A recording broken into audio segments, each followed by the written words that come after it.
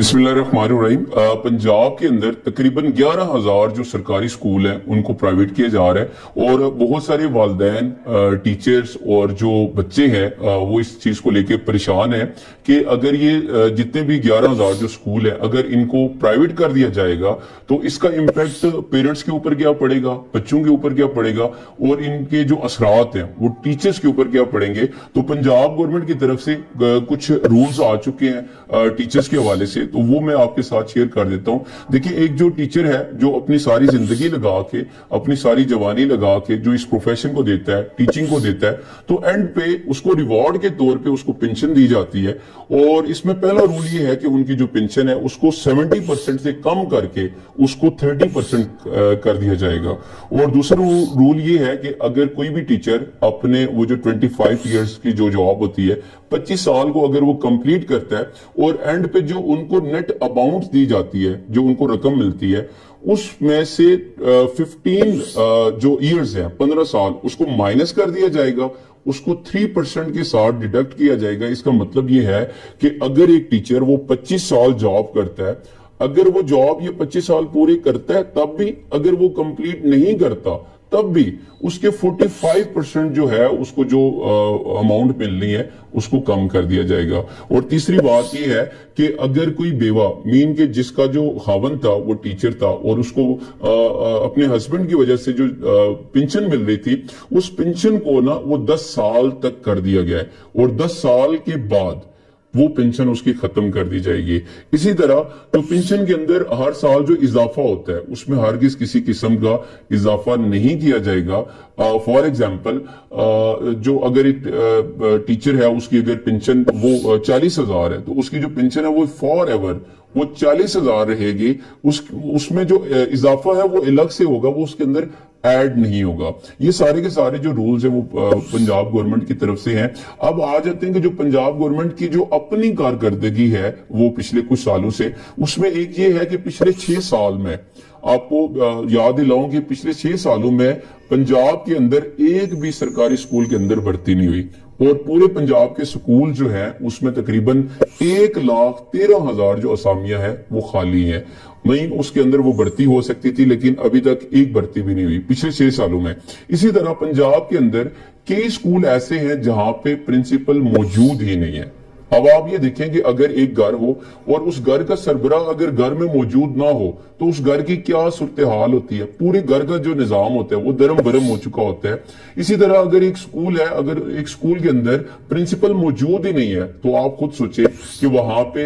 तालीम का म्यार क्या होगा, वहां पे बच्चों की क्या प्रोग्रेस होगी, वहां पे डिसिप्लिन क्या होगा। तो पंजाब के कई ऐसे स्कूल हैं जहां पे जो प्रिंसिपल्स हैं वो वहां पे मौजूद ही नहीं है। इसी तरह पिछले 8 साल से वो तमाम टीचर्स जो कॉन्ट्रैक्ट पे हैं, तो अभी तक वो कॉन्ट्रैक्ट पे हैं, तो अभी तक उनको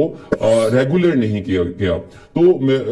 आज की जो इस वीडियो में ये जो एक हम बात कर रहे थे कि आप जो पंजाब के जो स्कूल्स हैं इनको प्राइवेट किया जा रहा है, तो इसमें जो सजेशन है वो मेरी तरफ से सजेशन ये है कि देखिए, आप ये क्या एक बात हुई कि आपके जितने भी वसाइल हैं वो सारे अशराफिया के हिस्से में आए और जितने भी मसाइल है वो आवाम को फेस करने पड़े और आवाम उसका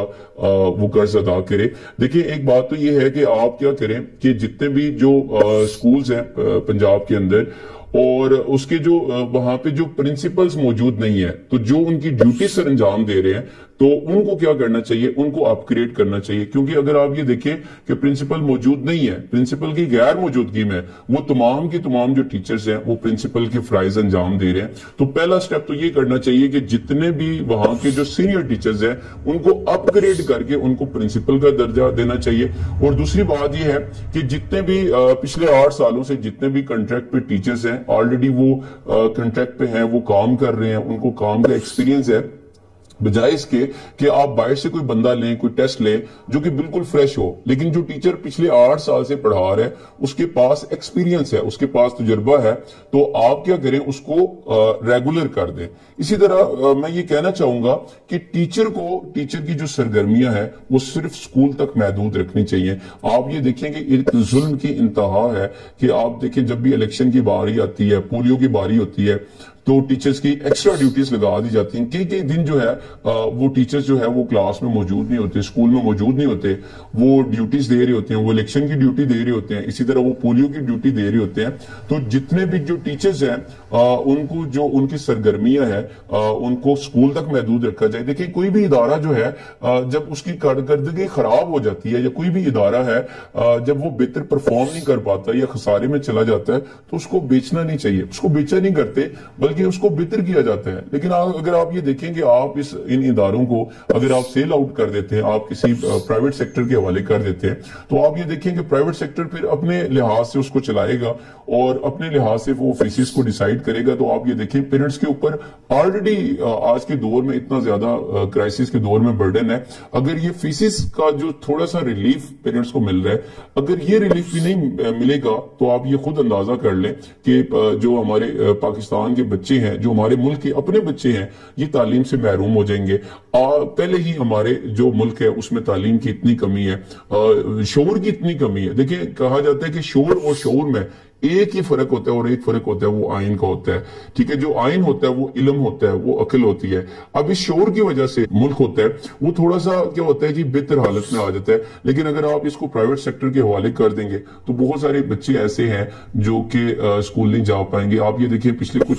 2-3 साल पहले कोविड की वजह से काफी बच्चों का स्कूल जो है वो मिस हो गया था, वो पढ़ाई से अट गए थे। तो अगर ये दोबारा हो जाता है तो बहुत सारी एक लंबी एक लाइन हमारे पास आ जाएगी, एक फहरिस्त होगी जिसमें बहुत सारे बच्चे जो है वो हमारे स्कूलों से बाहर हो जाएंगे। तो मेरी पंजाब गवर्नमेंट से गुजारिश है कि खुदारा इसके ऊपर जरा नजरसानी करें और इसमें ये देखें कि आप किस तरह आप इस इदारे को आप बेहतर कर सकते हैं, कोई दरमियानी रास्ता निकालें और इसको